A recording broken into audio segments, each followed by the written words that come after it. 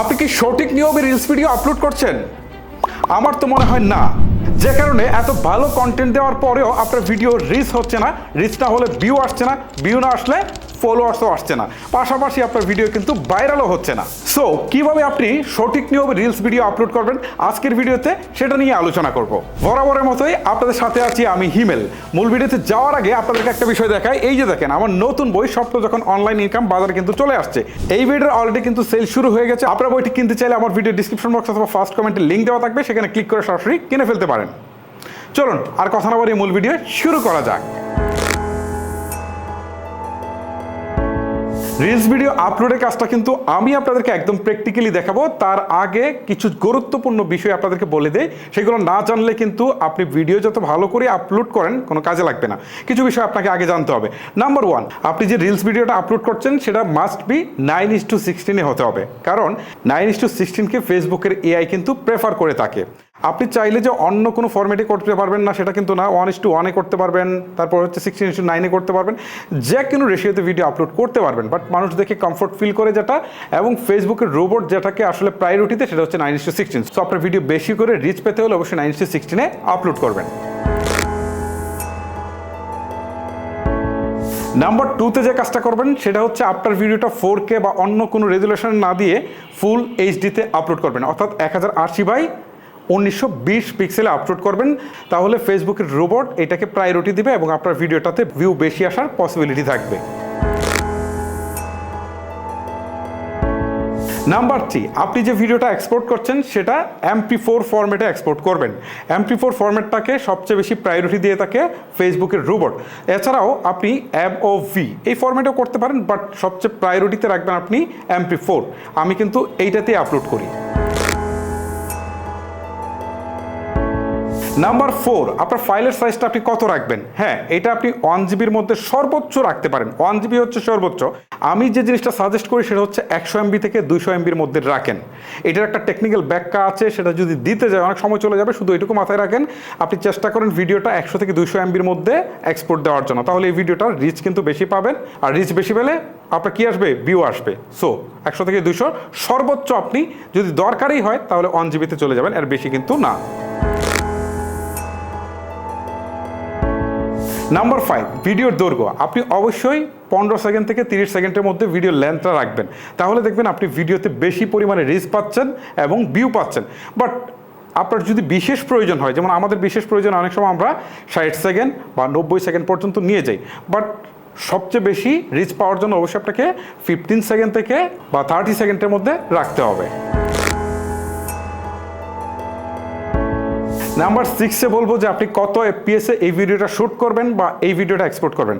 30 FPS হচ্ছে best, but আপনার যদি একান্তই প্রয়োজন হয় তাহলে আপনি 60, 120 FPS করতে পারেন। অনেক সময় স্লো মোশনগুলো দরকার হতে পারে, বাট করতে পারেন। কিন্তু আপনি যদি একটু রিচটা বেশি চান তাহলে 30-র মধ্যে রাখেন, একটা ভালো রেজাল্ট আপনি পাবেন। ওকে, এবার চলেন মূল প্রসেসটাতে যাই, যে কীভাবে আপনারা ভিডিওটা আপলোড করবেন বা আপলোডের সময় কী করতে হবে। অলরাইট, আমরা চলে আসলাম আমাদের স্মার্টফোনের স্ক্রিনে। এখন দেখেন আমি কিন্তু অলরেডি আমার পেজে রয়েছি। সো পেজ থেকে রিলস আপলোড করবো। সেই রিলসে যে অপশনটা আছে এখানে ক্লিক করব। ক্লিক করার পর আমার গ্যালারিটা ওপেন হবে। এবার এখান থেকে আমি আমার ভিডিওটাকে সিলেক্ট করব। এখন এখান থেকে যে কাজটা করব, শুরুতে দেখেন এডিট করে একটা অপশন আছে, এখানে ক্লিক দিব। ক্লিক দেওয়ার পর এই যে দেখেন আমরা এই যে থাম্বনেলটা দিয়ে দিলাম। এখন এই থাম্বনেলটা কোত্থেকে আসলো, এইটা আপনাদের প্রশ্ন হয়তো বা জাগতে পারে, ঠিক আছে?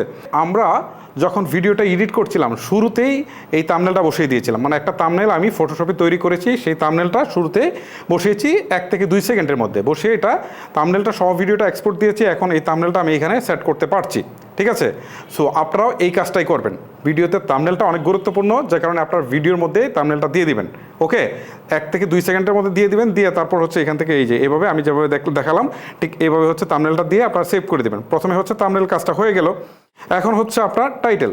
আপনি ভিডিওটা যে রিলেটেড আপনি তৈরি করেছেন সেই রিলেটেড একটা টাইটেল দেবেন। টাইটেলটা আকর্ষণীয় হতে হবে, তবে অল্প শব্দের মধ্যে হতে হবে। মানে অনেক বড় সেই রকম কিছু না, যতটা অল্প পারা যায়। তবে মূল যে বিষয়গুলো আছে আপনার ভিডিওর, সেগুলো যেন এই টাইটেলের মধ্যে থাকে। তারপর হচ্ছে ডিসক্রিপশনে আপনি লিখে দিবেন ভিডিওটা কি রিলেটেড, একটু ডিটেলস করে দিবেন। টাইটেলে তো একদম সংক্ষেপে দিয়েছেন, ডিসক্রিপশনে একটু বড় করে দিয়ে দিবেন। তবে আপনার ডিসক্রিপশনটা 255 শব্দের মধ্যে লিখতে পারবেন, তবে আমি আপনাদেরকে সাজেস্ট করবো এত বড় লিখেন না ভাই, 20 থেকে 30 শব্দের মধ্যে লিখেন, সেটাই বেটার।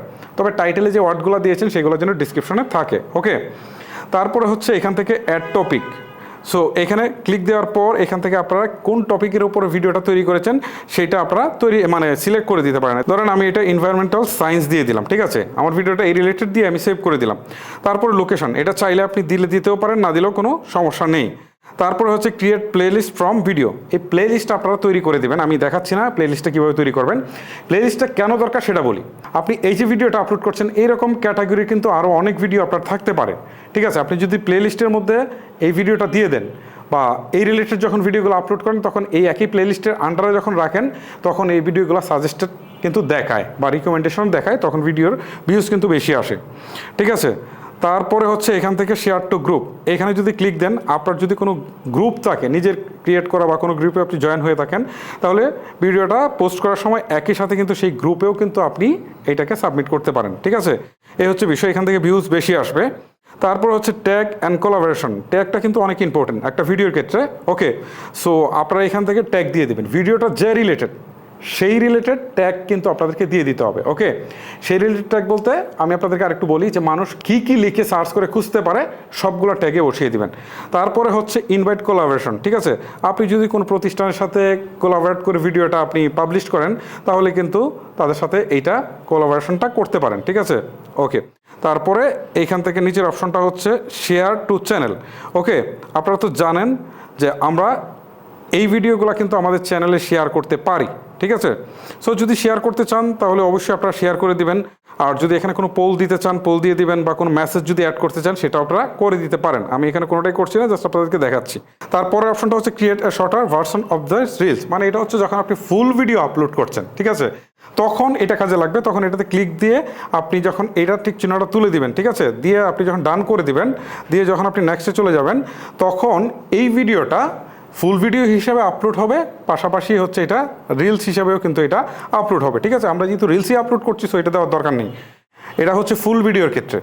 ওকে, তারপর হচ্ছে ব্র্যান্ড পার্টনারশিপ, যদি আপনার ব্র্যান্ড পার্টনারশিপ থাকে তাহলে দিবেন, না দিলে এটা আসলে ভিউয়ের ক্ষেত্রে কোনো প্রভাব ফেলে না।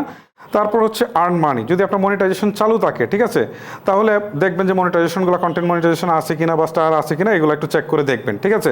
আর এটা ডিফল্টে চালুই থাকে সাধারণত। তারপর হচ্ছে ক্লোজ ক্যাপশন, ঠিক আছে, এইখানে যদি ক্যাপশনগুলো আপনারা লিখে দিতে চান আলাদা করে লিখে দিতে পারেন, অথবা অটোমেটিক ক্যাপশনের অপশনটা আপনারা চালু করে রাখবেন, ঠিক আছে। এই হচ্ছে বিষয়। সো এখন যদি আপনারা চান যে ভিডিওটা সরাসরি আপলোড করে দিতে পারেন, তার আগে সবার উপরে দেখেন একটা অপশন আছে এআই লেভেল অফ, ঠিক আছে। যদি আপনারা এই ভিডিওটা এআই দিয়ে তৈরি করে থাকেন তাহলে এই অপশনটা আপনারা চালু করে দিবেন। আমি বারবার বলতেছি, যদি এআই দিয়ে ভিডিওটা তৈরি করে থাকেন তাহলে এইটা আপনারা চালু করে দিবেন, তা না হলে কিন্তু আপনার ভিডিওতে ক্লেম আসতে পারে, ঠিক আছে, আর মনিটাইজেশনও চলে যেতে পারে। আর এটা দিলে মনিটাইজেশনও যাবে না, কোনো ক্লেমও আসবে না, বাট সবই ঠিক থাকবে। মূলত বিষয় হচ্ছে যে ফেসবুকের রোবট বুঝবে যে এই ভিডিওটা এআই দিয়ে তৈরি করা, এই হচ্ছে মূলত বিষয়। সো এই কাজগুলো সম্পন্ন হওয়ার পর নিচে শেয়ার নাও অপশন আছে, জাস্ট আপনি এখানে ক্লিক করে এটাকে শেয়ার করে ফেলতে পারেন, ঠিক আছে। এই হচ্ছে ফ্যাক্ট। শেয়ার মানে হচ্ছে এখন ভিডিওটা আমার আপলোড হচ্ছে, সো কিছুক্ষণের মধ্যে এই ভিডিওটা রিলস আকারে আমার ফেসবুক পেজে আপলোড হয়ে যাবে। এই হচ্ছে মূলত ফেসবুকের রিলস আপলোড করার সঠিক নিয়ম। গাইস, ভিডিওটা লেন্দি করব না, এখানে শেষ করব। আজকের মতো আমি হিমেল বিদায় নিব। সো আপনাদের কাছে ভিডিওটা কেমন লাগলো সেটা আপনারা চাইলে আমাকে কমেন্ট করে জানাতে পারেন। আজকের মতো আমি হিমেল বিদায় দিচ্ছি, দেখা হচ্ছে নতুন কোনো ভিডিওতে। আল্লাহ হাফেজ।